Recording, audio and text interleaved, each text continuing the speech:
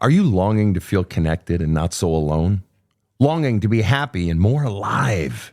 Badass Counseling is excited to announce the creation of Community Plus, a subscription-based private group of folks just wanting to more closely share their soul journey together with like-minded folks and with me, Sven.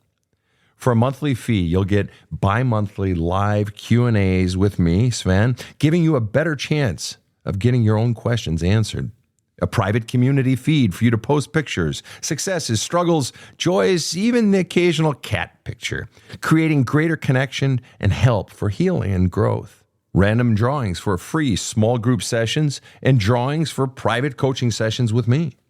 Priority access to becoming a guest on the Badass Counseling Show podcast. Unlimited access to my DIY video courses, Healing the Soul and Unleashing Your Greatness. And so much more. Community Plus is for people serious about their soul journey who want real growth, real help, real laughter, real connection, and true community. Join us now at badasscounseling.com. From the New York City area, welcome to the Badass Counseling Show, where the master badass himself, Sven Erlandson, takes you deep and gives balm for the soul, baby.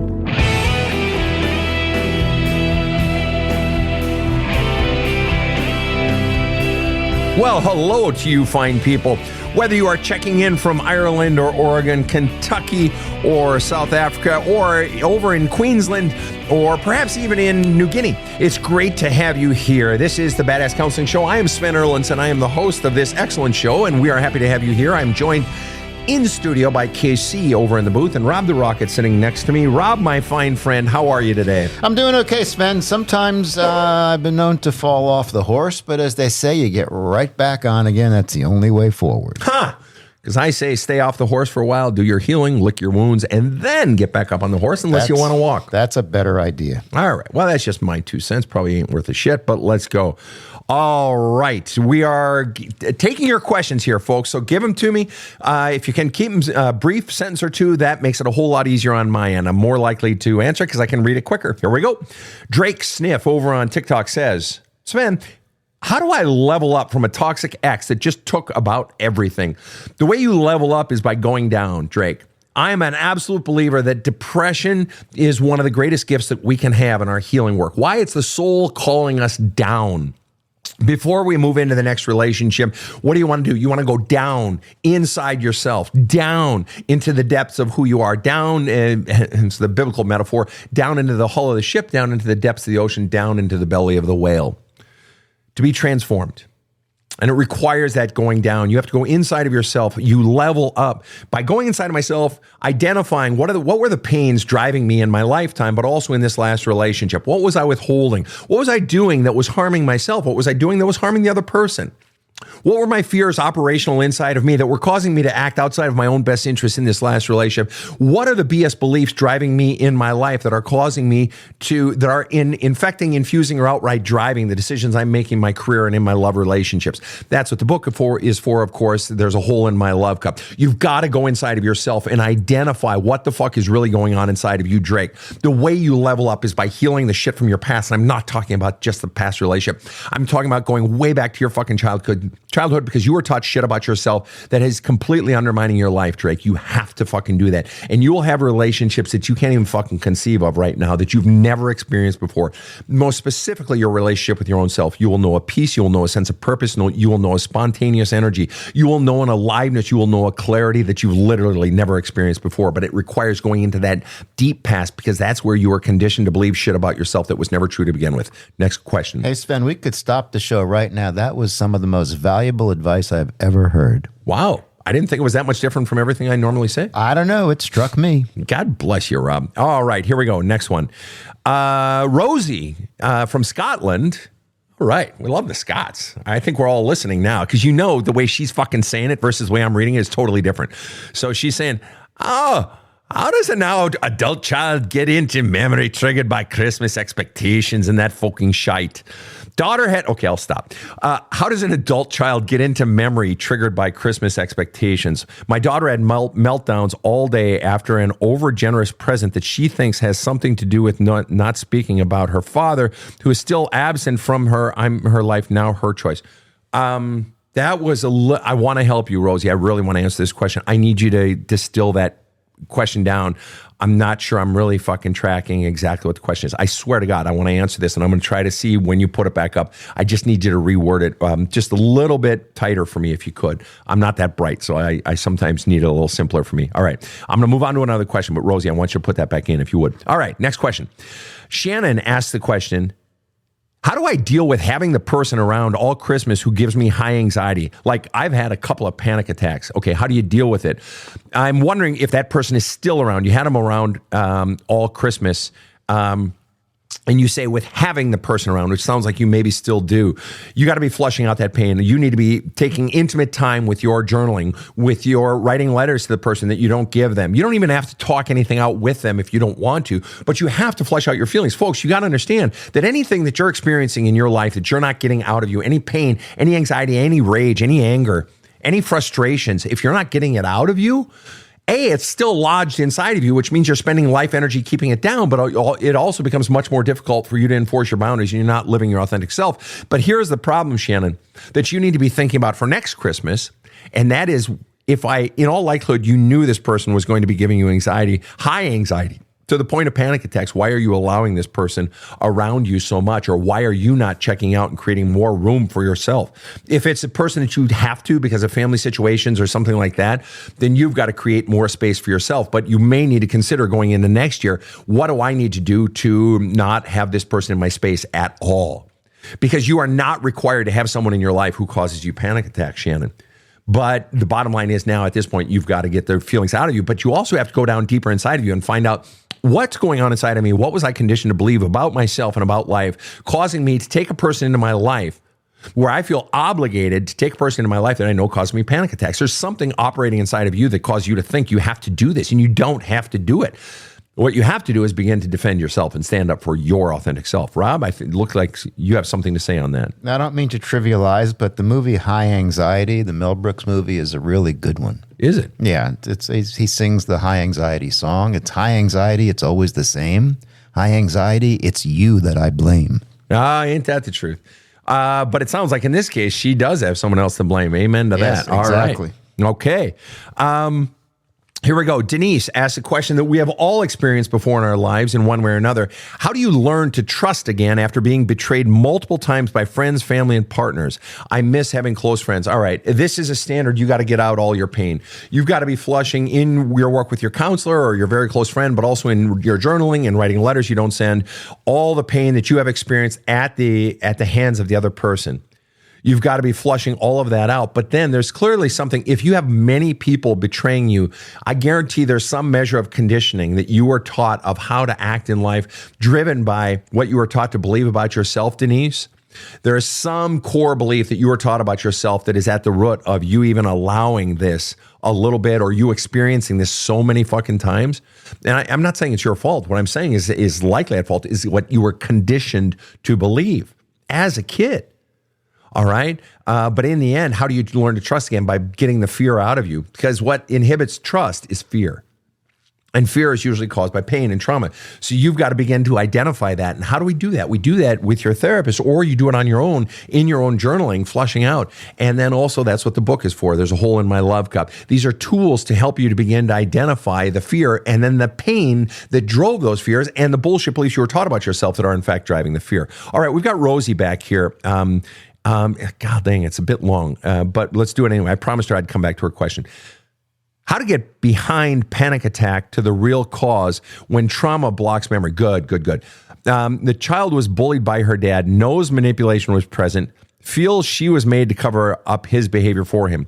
I'm planning on time together to talk it through, but where to begin? I don't want to add to distress. Okay, you're asking a few questions there, but I'm just going to attack the sort of primary one or two.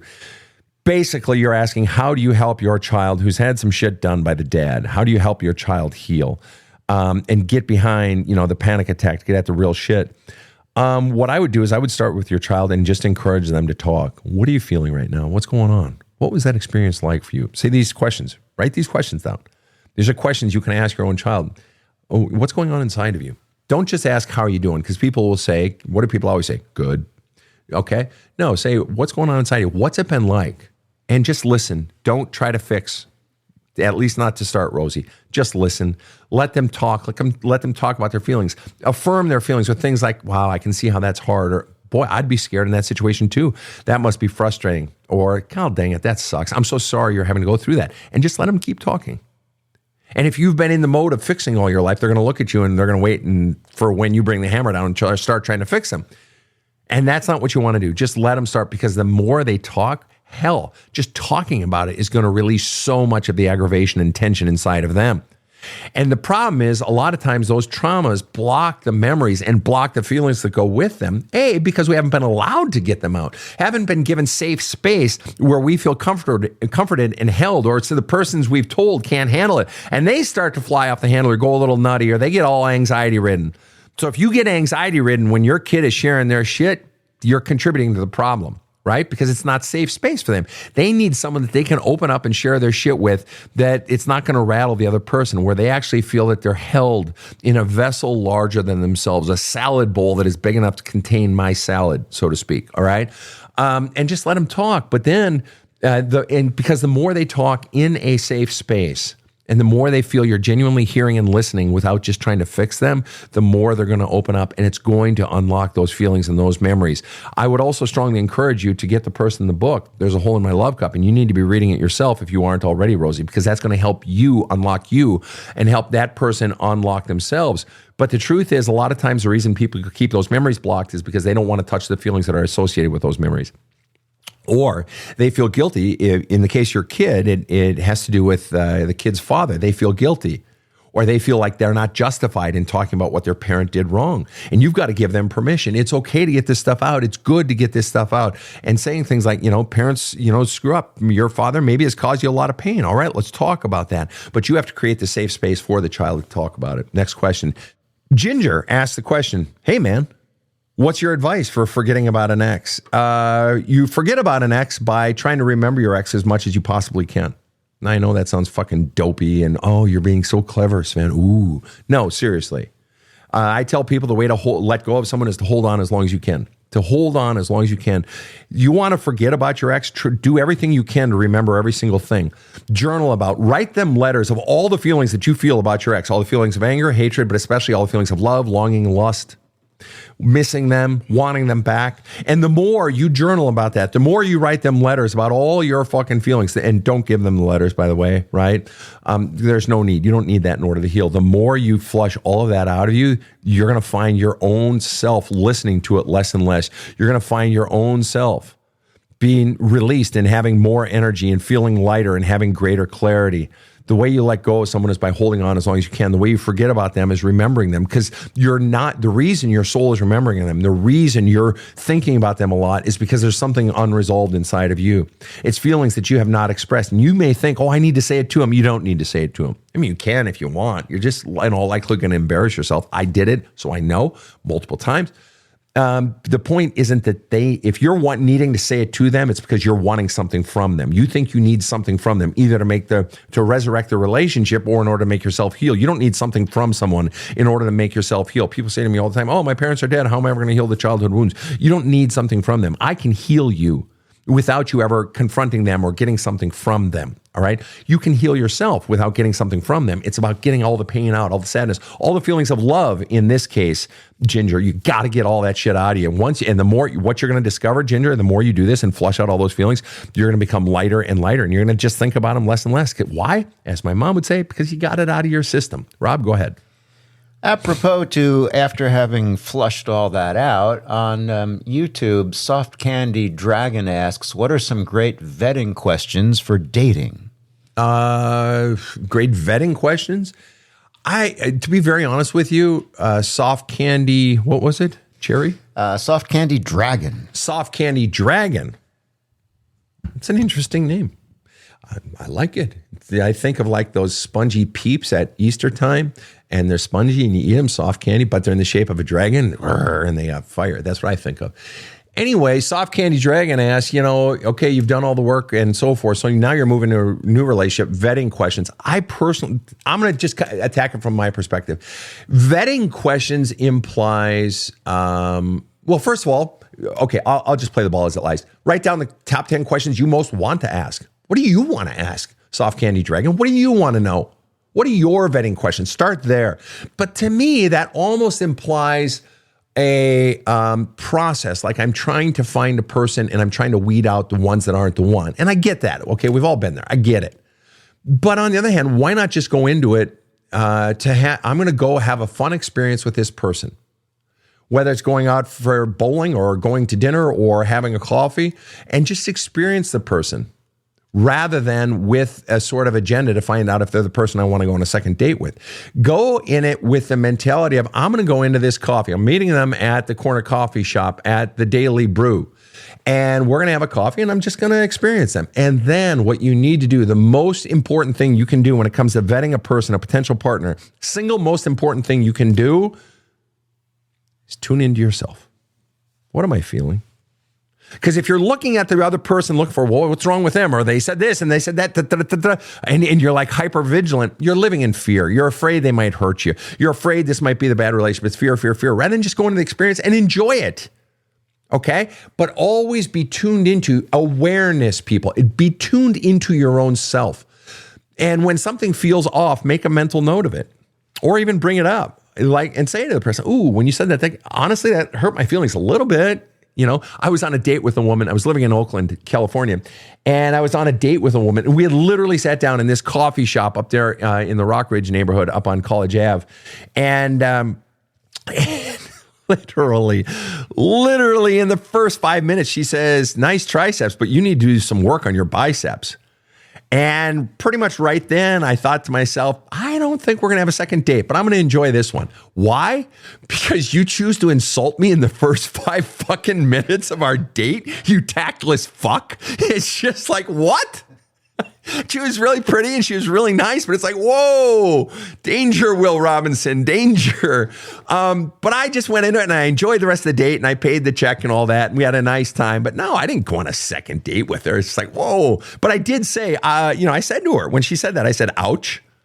Ouch. And she's like, oh, come on, you need to, she doubled down. You need to, you got the big triceps. What's right? And I'm like, oh God, woman, Jesus, God, fuck, what? No. So the bottom line is, just go in and enjoy the experience, but the reason I'm constantly telling you guys, get out your own pains, fears, and bullshit beliefs you've been taught about yourself is because the more you get out, that's cluttering. Those are creating voices and messages inside of you so that you can't feel or hear your own intuition, your own soul, the ping on the sonar. And what you're wanting in any situation, a friendship, a fresh dating situation, is those pings. You want to note the pings. Why? Because that's your own system saying something feels off. Well, now I have an obligation to myself to say, hey, that didn't feel good. Or as I said to that gal, ouch. I told her that hurt, to be very honest with you. And why? Because I want them to know they've hurt me. And then I look and see, do they respond and say, fuck, Sven, you're right. That was so dumb of me. I'm so sorry I hurt your feelings. I don't even know why I said that. You got a beautiful body, Sven. I'm sorry. That was wrong. Okay, that's what I'm looking for. If she had said that, oh, fuck, I would have gone on a second date. I would have already made my decision right there. Anybody who apologizes for their shit in the moment, even when they made a clear gaffe, then it would have been like, okay, she was tactless in that moment, but she owned her shit. God, I respect the fuck out of that. Okay. Or do they say, well, come on, your biceps are smaller than your triceps. Okay, it's just like, oh God, no. Okay, so the purpose of getting all the crud from our past, the relationships and our childhood out of us, is so that we have a clear communication with, and we can hear our own intuition, our own soul speaking. Because it's telling you don't have to look for red flags in the other person. All you have to do is feel those things that don't feel right or don't feel good inside of you, right? And then act on them. That's all you have to do, people. That's why this healing work is so extraordinarily powerful, because it not just makes you aware of what's going on around you, but it makes you aware of what's going on inside of you. And the truth is, if you simply refuse to tolerate things that feel bad to you, you're only going to have good relationships. It's when those pings go off inside of us and we ignore them, or we've been conditioned to ignore them, or in our home, oh shit, in the home growing up, people ran over, insulted everybody all the time. So somebody insulting you now on a first date is just normal. You don't even see the red flag, but it's going to be a fucking red flag because it's going to drain the fuck out of you in about 2 or 20 years. All right. That's why we do all this self-healing work from our past, so that we're more in tune to our own selves, because your own self is your barometer of what's going on around you and what relationships are going to be life-giving versus life-sucking. Rob? Sven, this date you were on, she criticized your muscles. Was she visually impaired or what? Well, I mean, to some degree, everybody has different muscles. Everybody's body is shaped differently. And in all of my life and all of my workouts, I've never been a biceps guy. I've always been a triceps guy. Why? It's a bigger muscle group. So if you want big arms, work on your triceps to me. So I work on my biceps just less. So clearly she thought they were disproportionate, or she just likes a big bicep guy or whatever. I don't know. I don't have some perfect fucking body. Never have. Wish I did. But, it's not like I'm a male stripper in a go-go bar. But did you ever hear that song, by the way, Rob? Male stripper in a go-go? Yeah. No, I'm a male stripper in a go-go bar. I was a male stripper in a go-go bar. Great fucking 70s dance. Look it up, you guys. Great fucking beat. This highly unknown 70s, 80s fucking song. I was a male stripper in a go-go bar. Love that fucking song. When we're having Friday night dance party in our kitchen, my girlfriend and me, it's just the two of us. We crank that one up. We listen to old 70s tunes, dance. Mainly she dances because I'm a dreadful dancer, as both of my wives were quick to remind me. Actually, my first one more than my second one. But anyway, next question. Christiane asked the question, how do we get it out? Journaling, writing letters you don't send. Get the book. That'll get you down into the deeps of it. It'll walk you through the process, Christiane. There's a hole in my love cup. There's a workbook to go with it, but you got to go down into it, and the book will walk you right into it. You just got to bring the courage. Dawn Elizabeth says, those pings, Sven, are so critical to listen to. That's absolutely right, Dawn. And I hope you're continuing to do the work to get your shit out that's blocking you hearing the pings. And that's not just you, Dawn, but that's everyone. Princess says, what if it doesn't make you want them less? Okay, you don't identify what the it is, but I'm going to assume it's what we've been talking about, sort of how they're treating you. This is actually really interesting. I did a video about, one of my 1,000+ free videos that I have online. I did a video about 3-4 months ago. I overheard one of our kids talking with a friend, and the friend, young female in her 20s, she said, red flags are like catnip for me. And I thought that was really fucking interesting. And you know what? The more I thought about what this young gal said, I'm like, that's fucking smart. I know when I was in my 20s and 30s, even into my 40s, neurotic women were a total turn on for me. Total turn on. And that classic neurotic female on TV or in movies that I love, I adore her, is Leslie Mann. She's always in those movies with Paul Rudd, like This Is 40 and those fucking movies. She's brilliant. She's redhead, neurotic as hell. And I used to find that like catnip. But as I've aged, it's like I've really grown out of that. Why? Yeah, a little bit of neurotic is fine, but it just creates so many fucking headaches. So what you're saying, Princess E, is what if, I'm going to assume those red flags make you want them less. What you need to be doing, or doesn't make you want them less, what you need to be doing is going inside of yourself and saying that these very things that you are identifying, they actually are red flags, or they are behaviors that are questionable. Otherwise, you wouldn't even bring it out, but it makes you like them. You got to be going into, why does it make me like them? Why does it make me feel secure? Is it possible I'm missing something here, and that it actually makes me, that something about it doesn't feel good? But you've got to begin to unpack that. And if you and I were in a conversation, Princess is her handle here on TikTok. If you and I were in a conversation, I would definitely want to dig into that.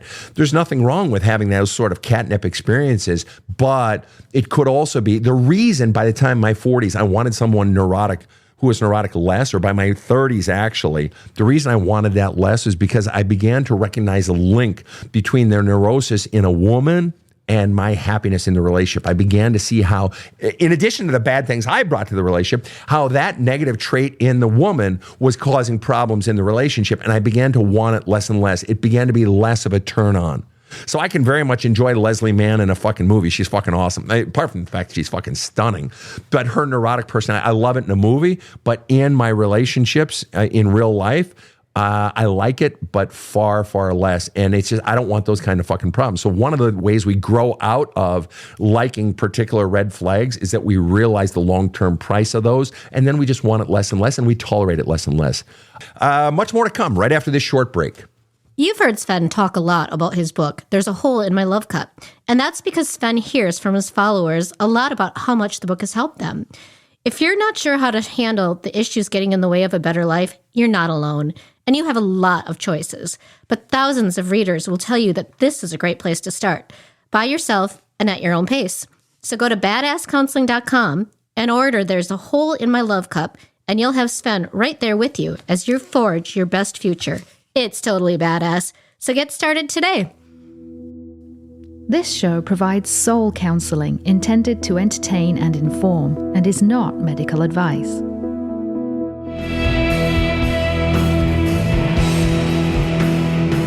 Now, back to the badass. Hi, guys. We're back with the lightning round of the Badass Counseling Show. It's another rainy day in New York City. Musical reference there. And it actually is another rainy day in New York City and in the New York City area. And we are taping a live session of the Badass Counseling Show.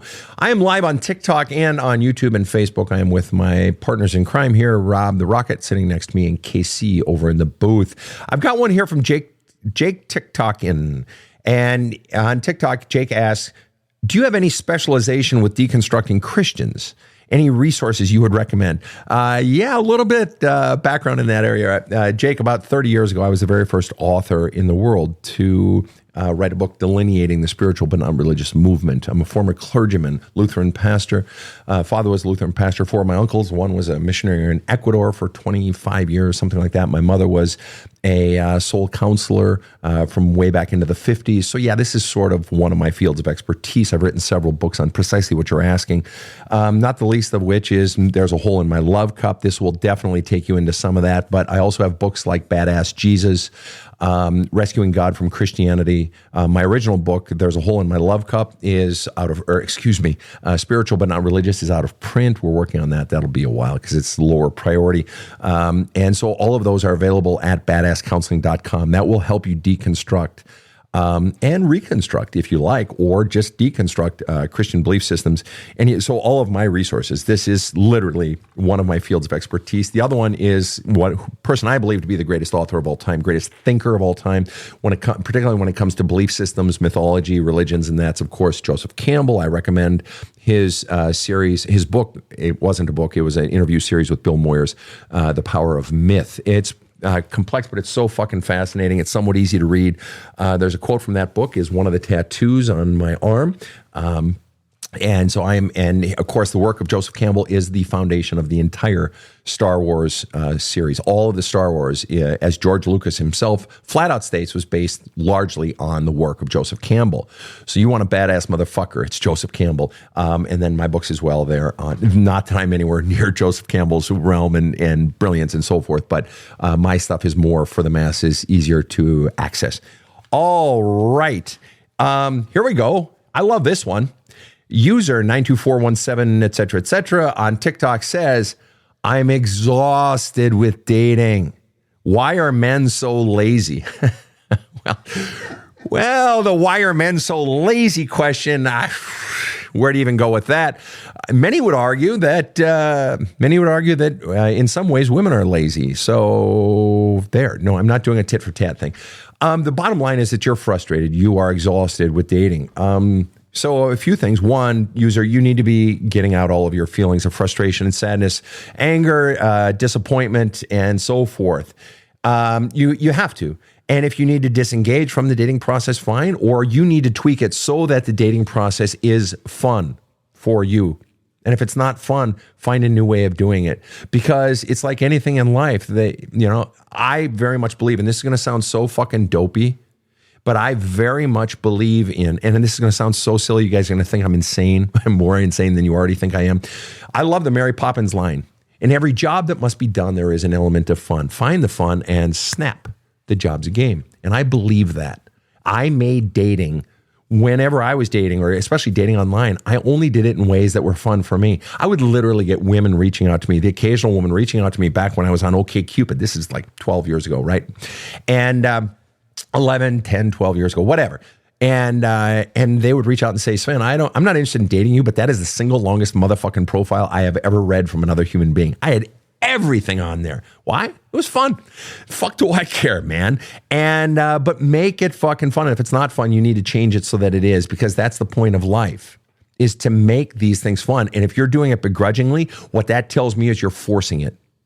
You're forcing it. It's saying, I really want this. I really want this. I really want this. I really want this. And I just got to grind through it. And I just got to grind through it. Stop. You're forcing it. You're trying to make something happen. And anytime we're trying to force something in life, whether it's in work or you're trying to force a sale, if you're a salesperson or whatever it is, it's fear driven. And so you've got to begin to identify what the fears are that are causing you to force this situation that has fucking exhausted you. And furthermore, people, if you're exhausted in no matter what aspect of life it is, rest. It's your body just saying rest, relax, let it go. It's going to be okay. All right, Niall asked this question, and I want to answer this. I can't even see the whole question, but Niall over on Facebook asked the question, I'm a counselor in a state job I hate. How do I get started doing an advice radio show or podcast or something like what you do? It's funny. I was just counseling a couple last night who specialize, old friends of mine who specialize in working with the gifted and the talented and neurodivergence and so forth. And they were asking me the same question. How do you get started? I got lucky because, I have two very dear friends who, Casey, it was actually her idea for us to start a podcast based sort of on my work. And Rob, because he was he was senior vice president, Paramount Pictures and other studios, and he started in fucking radio back in the 60s. He's retired and he's like, well, fuck yeah, I'll do it. And we agreed with each other. We're just going to do it as long as it's fun. And we sort of created a format. We were spitballing it. We didn't know what the fuck we were doing. Rob knew how to do the technical side of it, which for me, I would never have a podcast. KCA would never have a podcast if Rob didn't have the expertise. Because you know how much you got to pay to have somebody do the post-production, to have somebody do the editing. You got to pay. And so you got to send it out and all this shit. And I didn't want to fucking do that. I didn't want a podcast that bad, but it all just sort of came together. And every year, every 6 months, we check back in with each other and we say, are we still having fun? And if we're not, we fucking quit. Fuck that shit. I make it fun. And so you just get started. You just start, man. You Google, how do I do it? What does it take? And it doesn't take a lot. Rob's got nice equipment because he digs this shit. And, but it doesn't require even nice equipment. You just got to have, things. You got what at the root of anything. And I've written many books. You guys know this, right? And I'm speaking gigs and counseling people and the podcast and all the shit, putting out newsletters every month, these in-depth articles I write on our newsletter on the webpage, on our website, badasscounseling.com. All of it is driven by the belief, arrogant as this may sound, that I have something to add to humanity that I think that can help people. So Niall, if you think you have something you can add that can help people, then I fucking believe in you. Make that fucker happen. You just start. And as I told this couple I was working with last night, you got to be willing to fail. In whatever you do in life, you got to ask yourself, am I willing to fail at it? I believe in this. Because, we're not always guaranteed success. We don't know in advance it's going to be a success. Bullshit. Nobody fucking knows that, right? So you just say, am I willing to fail? Because for me personally, I'd rather fail doing something I enjoy than succeed doing something I fucking hate. As you are precisely saying now, you hate your fucking job. You want to start. So go for it, man. If you're willing to fail, then you'll swing for the fence and you'll play and you'll have fun. And that vibe, that energy comes off and you'll have great things to say that'll help people far more than the shit I'm spewing. You'll do great now. Rob? Yeah, 2 questions in a row that led us to make it fun. I love that. Yeah. How odd that came. Yeah, and got a good question here that is not fun, if I may, from YouTube. Go ahead. Luna asks, how do I cope with losing my house and not being able to find a new place to live? It's turning all the work I've done in the last 2 years. It's ruining all the work I've done in the last 2 years and putting me back to my suicidal tendencies. And Rob, correct me, I'm going to sum up what I think I heard. Luna is basically saying, because I lost my house and am struggling to find a place to live, it's basically all the work that I've done on my soul work, on myself. It feels like I've lost it all and now I'm back to suicidal tendencies. Yes. Okay. Luna, first of all, I want to say I'm sorry you've lost your house. That fucking blows. And I'm sorry you're struggling to find a place to live. I know how disorienting and debilitating that can fucking feel and frantic and so forth. I would encourage you to start there. I mean, that sounds dumb, but focus on that. Even if it means just renting a room from someone. I've done that more times in my life than I can count. Just renting a room, not even a full fucking apartment. And maybe that's not an option. I don't know what whether you have dependents. You don't need to get into all that because that's not really the point you're making. You feel like you've lost all your progress. You haven't lost your progress, Luna. I know it feels like you have. And I know you're feeling suicidal. And you know from my story that I was in a suicidal depression for 12 years. So I know where you're the fuck at. Different circumstances brought you there from mine, but I know where the fuck you're at. I was suicidal for 12 years. I get it. and I had to get myself out of it. I get it. But the bottom line is, and I know this is going to sound fucked up, Luna, but I'm just going to give it to you straight, okay? This loss is a gift in terms of your inner soul work. You want to know why? Because it's revealing work that you still need to do, that there's deeper shit down there. There are deeper fears, there are deeper anxieties, there are deeper beliefs. Because if a situation like this can throw you into a state of suicidalness, it means there's something down deeper that's been fucking stirred the fuck up, okay? And that's an opportunity, and it sucks. Doesn't feel like a fucking opportunity. It fucking blows. I am not disputing that in any way whatsoever. Not disputing that, Luna. But the bottom line is that you've got deeper pains, and it's just, you get back up on the horse insofar as working on self, or you dive in, Luna. And I know it feels overwhelming, but that's when it's most necessary to do the work. It's like, the person who walks into the gym and they're 150 pounds overweight. Fuck, those are the people in the gym I respect the most, not the big lifters like me. I mean, I respect them too. No, I respect the people who have life's fat ass sitting right on their head and they can't breathe. Those are the people I respect.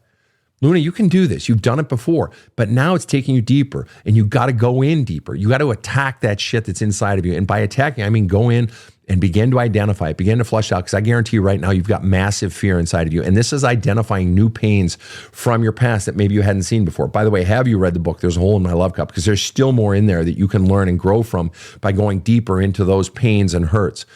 But Luna, yeah, it's just like anything. And I get people saying this all the time. I have people that I work with who I'll work with them for X amount of time, let's say 3 months. And then we've done massive work in their life. And they say, Sven, I think I'm ready to take a month off and just go out on my own, or 2 months. Let's reschedule for 2 months just to sort of check in. And maybe I'll hear from them a month later and they'll be like, Sven, I need a session now. And I'll say, why? They say, because I've just fell off a cliff.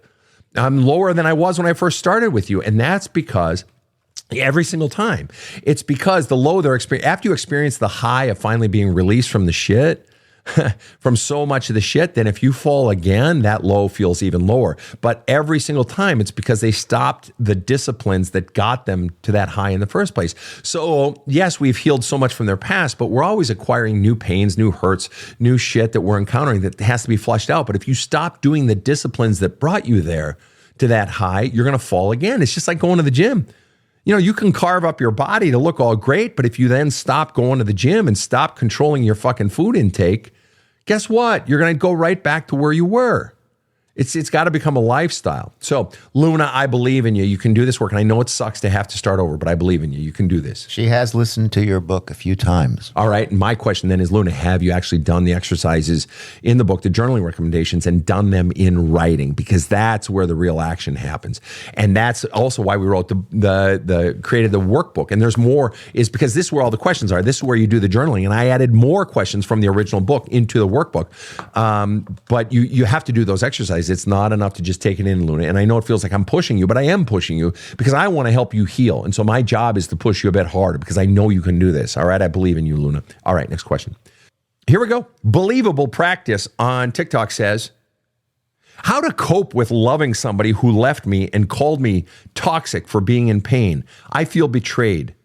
You're asking how to cope with having, and you're saying with loving somebody. So loving is a present tense verb. You didn't say having loved someone or that I loved someone. You're saying I'm loving them.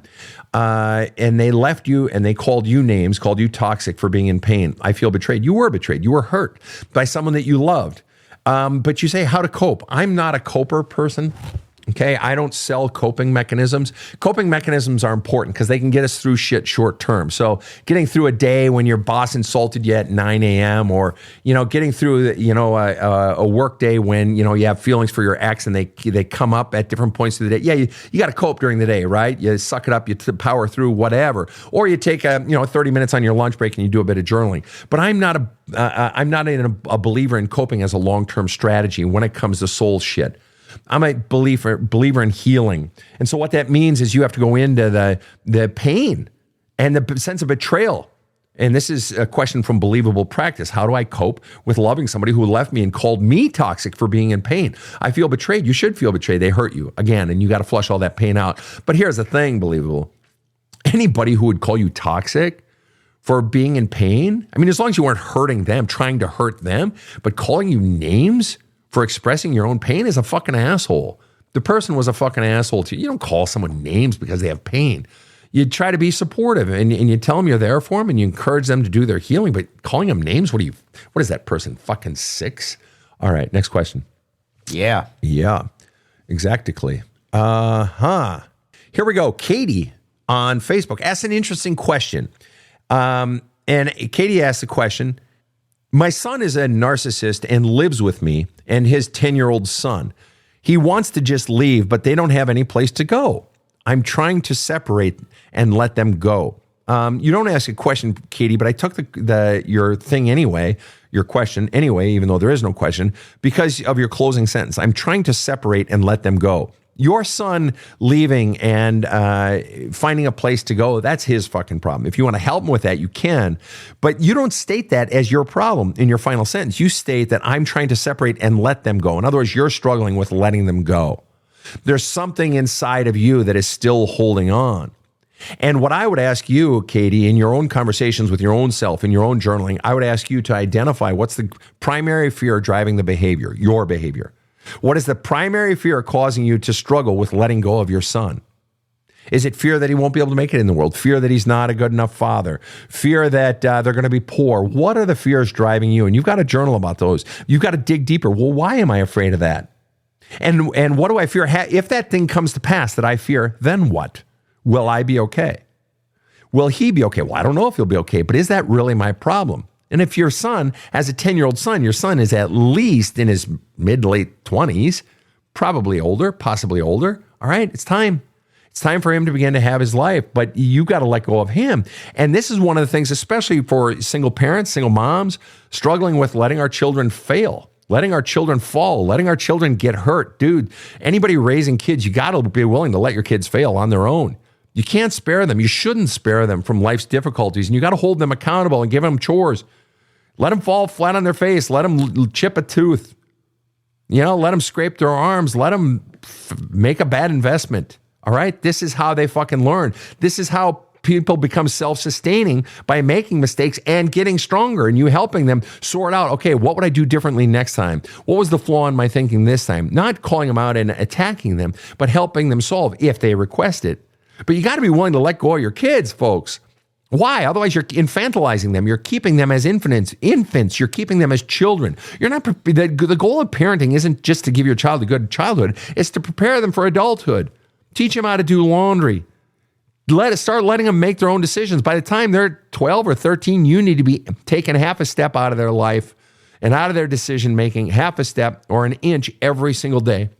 You need to begin inch by inch giving them their power back. Why? So that by the time they're 18 and 22 or living in San Diego for their first job, that they're used to trusting their own instincts, used to making mistakes, but knowing they'll recover, used to trusting their guts. They're not always coming back, Mommy, what should I do? Mommy, Daddy, what should I? Fuck. You need to do more, right? To prepare them for adulthood, to stand on their own 2 feet. And I'm not talking about financially. Yes, that too. But to trust themselves, to have a relationship with their own inner voice, their own intuition. And we do that by letting go. So we need to be letting go a little bit every single day, letting them make their own decisions, letting them make their mistakes. All right. And if they want counsel, if they want input, sure, you can offer it. But in the end, that's how we learn. That's how we grow. That's how we grow stronger. Next question. I haven't had this one in a while. I love this question. Tammy Brewer McFeely, great question, on Facebook asking this question. Tammy Brewer McFeely asked the question, why do you think my husband is now being nice and quote unquote trying since I told him I'm finally getting a divorce lawyer? I love that question so much because I get that one a lot, Tammy. He's trying now because there's a pain point. So many people are still on the inside saying, why isn't my husband trying? I tell him I want this, or why isn't my wife doing anything? I've told her what my needs are. I've told her what my wants are, but she doesn't give a shit. She's just doing the same old thing. Why isn't she trying? And I always tell them because there's no pain point. They have no incentive. Why would I fucking change if I'm already getting everything? Why would I change?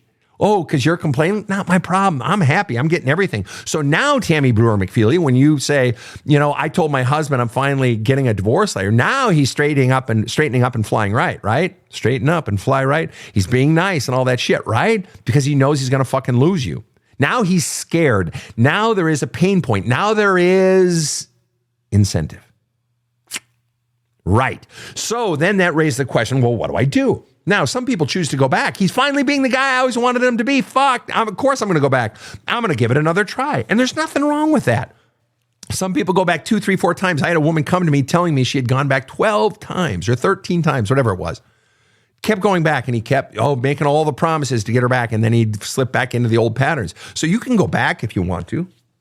And clearly this is vexing you because you're saying, why do you think he's doing it? I think he's doing it because ultimately he realizes his love source, the person pouring love into his love cup, now isn't going to be pouring love into his love cup. He's going to have no one confirming his worth, taking care of him, giving him value, making him feel loved. And so he's being nice to try to get you back. And usually, not always, but usually what happens, especially the first time it happens, is in about a month, a couple weeks, 3 months, he's going to slide right back into the old shit. And that's why I always tell people the way to know whether or not to go back into a relationship is twofold. One, have they shown long-term change? By long-term, I mean a year. Have they actually done some work? Are you recognizing significant categorical differences in them? But far more importantly, have you changed you? And you're like, well, what the fuck does that have to do with anything with him treating me better? Because if he's going to slide, you need to have changed you, because in the past, he treated you that way and you didn't stop him. So you have to do the work of healing you and changing you so that when the slide begins, if the slide begins, you nip that shit in the bud and you don't allow it. Because if you haven't changed, guess what? It's going to be a little bit and then a little bit more, and you're going to be like, oh, it's no big deal. Or, oh, it feels so nice. I don't want to ruin it. And you're going to let it go, and it's going to metastasize that fucking cancer of his treatment of you, and it's just going to get fucking worse. I guarantee it. That's why the healing of self is always the most important thing when it comes to creating high caliber relationships. So Tammy Brewer McFeely, he's doing it because he wants you back to be his love source. That's why. All right, next question. Here we go. Okay. This is great. We're getting fun questions today. They almost always are, but I like this one. Allie Tay says, what advice can you give to my husband that refuses to quit talking to his ex he has feelings for? Allie Tay, first of all, I'm sorry you're having to live through that fucking shit show. He's talking to someone he still has feelings for. I'm so sorry. That sucks. It's brutal. He's basically, you know what he's saying to you? He's saying, fuck you. That's what he's saying.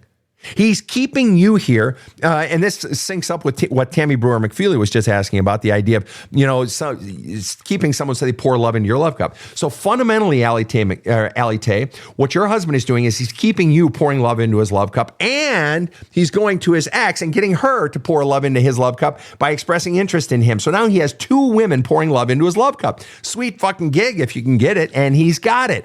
Thus, you are asking the wrong question, Allie Tay. You asked the question, what's advice? She puts the apostrophe S. I'm just reading it as it is. What advice can you give to my husband that refuses to quit talking to his ex he has feelings for? Allie, you're asking the wrong question. It's not what advice will I give to your husband, because he's clearly not going to fucking listen. What the fuck does he care? He's getting 2 women giving him love. Fucking score for him, right? You're asking the wrong question. It's what advice can I give to you? Because you are tolerating a man being so fucking insensitive and so fucking just taking advantage of you. He's just saying, fuck you, bitch. I'm going to take your love and I'm going to go get it from her. And you are allowing it, dude. By the mere fact that he continues to do it and you haven't walked away yet. Because let me open it up to the Peanut Gallery. Peanut Gallery, what do you think of Allie Tay's situation? She says, what advice can you give to my husband that refuses to quit talking to his ex he has feelings for?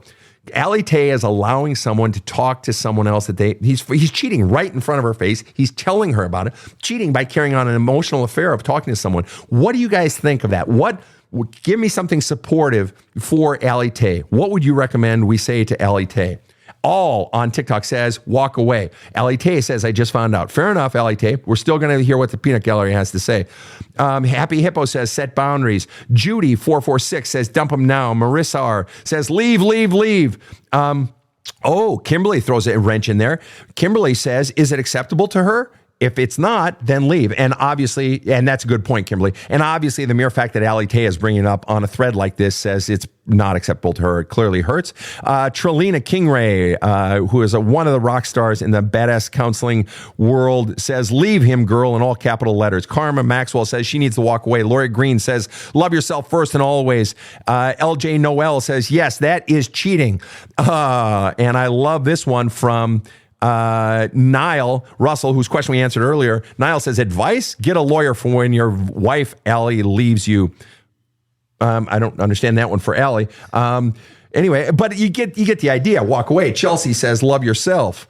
So the bottom line is, Allie Tay, he is jerking you from pillar to post. He's fucking with you, and he's doing it in broad daylight, and he's been fucking around. Now you've just found out, so he wasn't doing it in broad daylight. He was doing it surreptitiously, which further shows the level of the crime, that he was doing something he needs to hide. You walk away from somebody like that because he doesn't fucking care. He wanted to use you and get love from her. He doesn't fucking love you. That is not love. And when you call him out, just like the question I just answered from Miss McFeely, that the fucking, he's fucking gonna now want you and say, oh, I'm sorry, I'll never do it again. And it's fucking bullshit. He knowingly hurt you. He knowingly took advantage of you and was getting love from someone else. And that is, there's a few clearer ways of saying to another person, fuck you. That's what he's saying to you. He's saying, fuck you. And if you don't get that, that's okay, because it hurts to feel that, because you thought he loved you. But you've really got to allow yourself to feel the weight of the fact that he was with someone else that he has feelings for, while looking you in the face and saying, I love you. Sorry, that's just plain hardcore fucked up. It's brutal. And Brandy McCroskey says, leave him. All right, next question. I'm going to take just a few more questions here, folks, and then we are going to move on with our days, because, hey, we all have things to do. And this sort of relates, but it's different. This is from Donnell, and this is on TikTok. Donnell, spelled interestingly, by the way, Duhnelle, says, would you leave a husband that says they don't know if he can be what I need after 32 years? Okay. Presumably you've been telling him for quite some time what you need, and he's telling you now, I can't be what you need. The most interesting word in there is the verb choice. Can be. You say, would you leave a husband that says they don't know if he can be what I need? Are you asking him to be an elephant? Are you asking him to be a lion tamer? Are you asking him to be an astronaut? What are you asking him to be that he can't? See, can't literally means unable.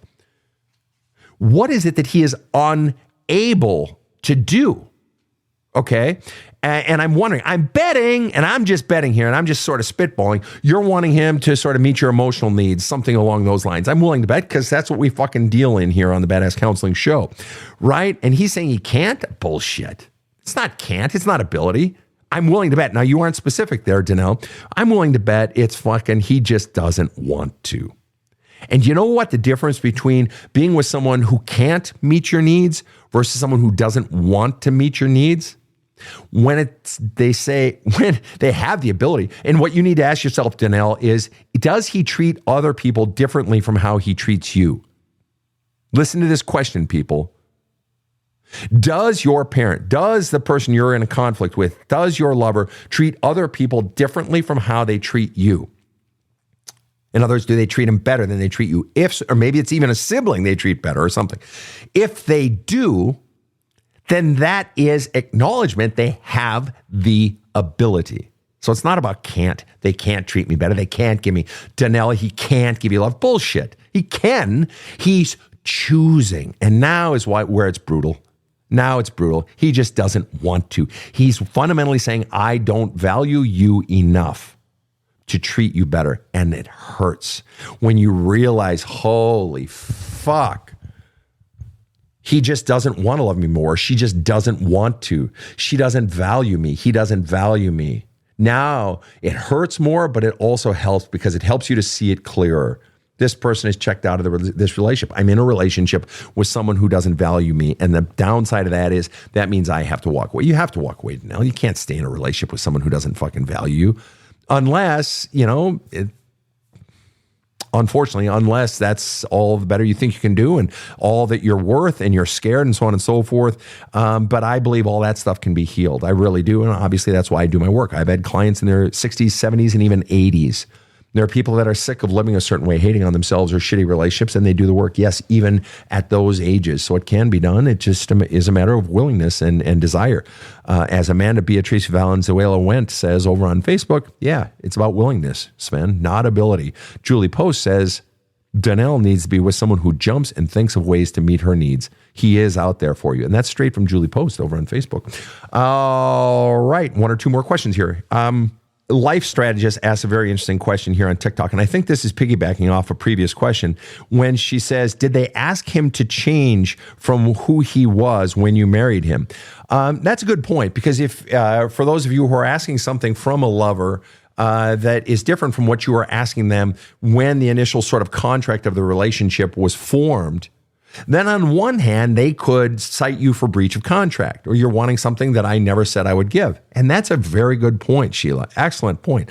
Nonetheless, my counter argument to that would be, and to the persons today who have been asking about spouses or the question we just had, spouse who's unwilling to change.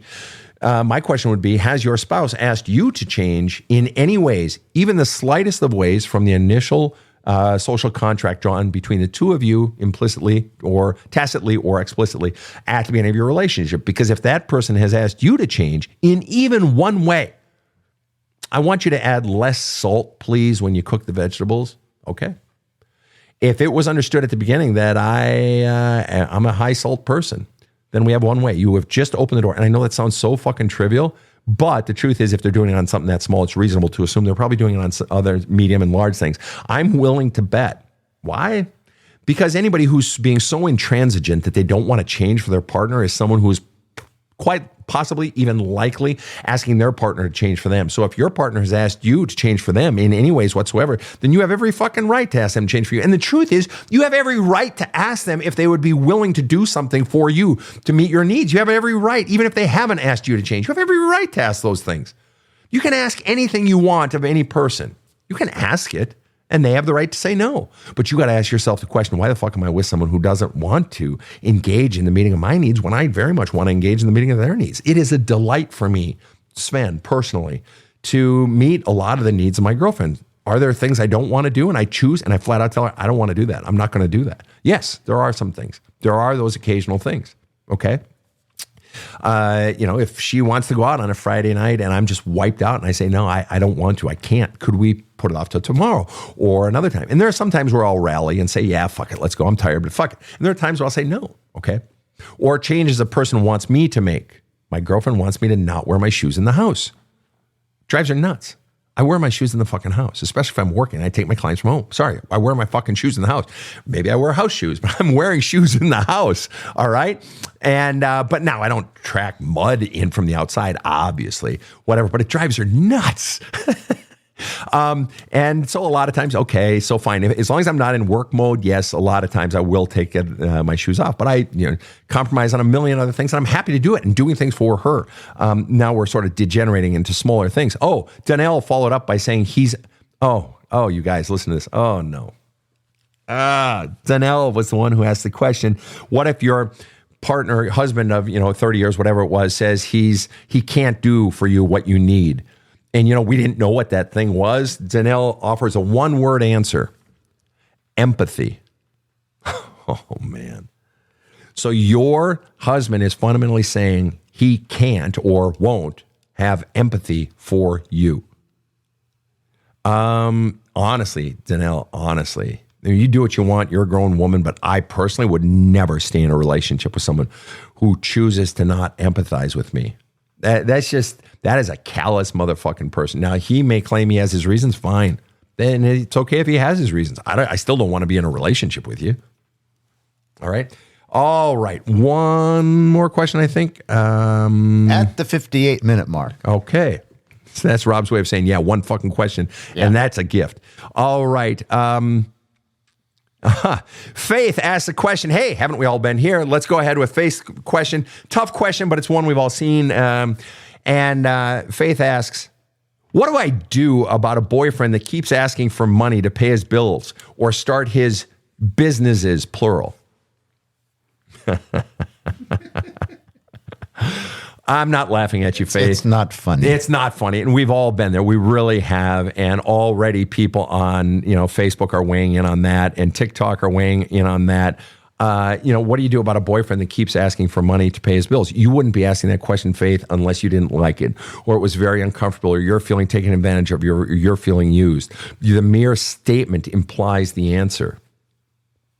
And the statement, first of all, implies you don't like it. It doesn't feel good. Therefore, the answer is to stop engaging in behaviors that don't feel good. Stop.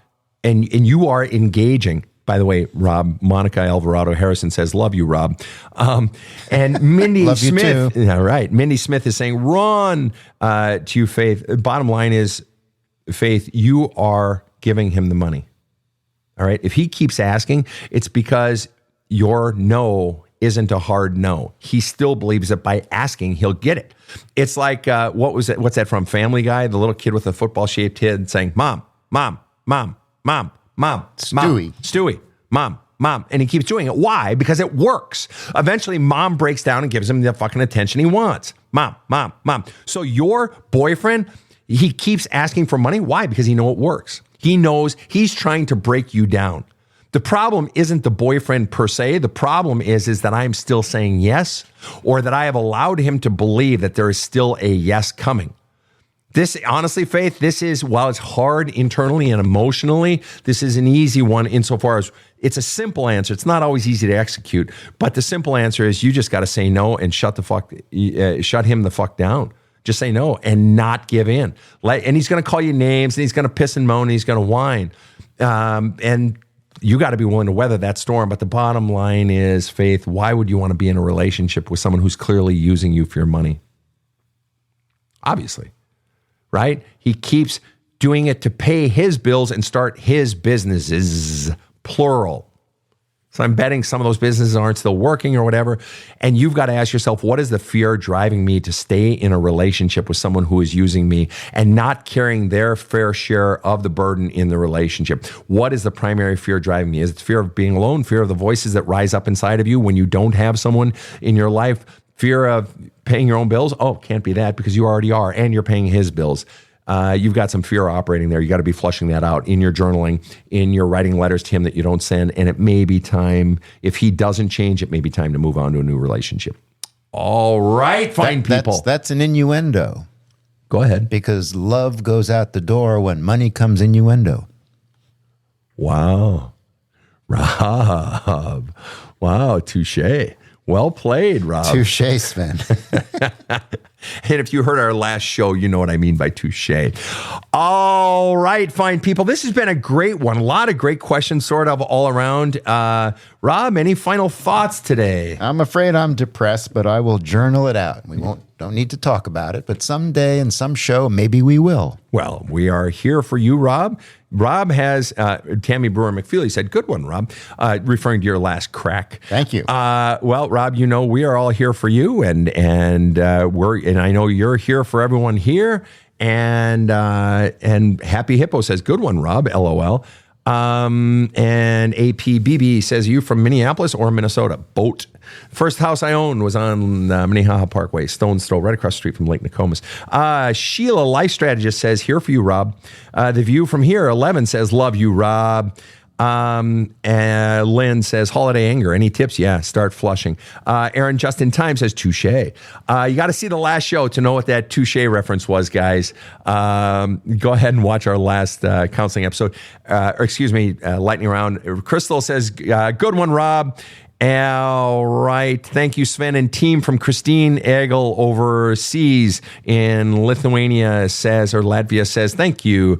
And Chelsea says, yes, Rob. Rob has a big fan base here. I can't tell you how much that helps, really. These guys love you. You're more their show than I am. Christopher Sturdy says, deep breath, Rob, deep breath. Hodge Hansen says, thanks, capital letters, Sven and Rob. Tammy Brewer, thanks, KC, Rob, and Sven. Yeah, a lot of folks. I mean, we all know this show runs because of you, Rob.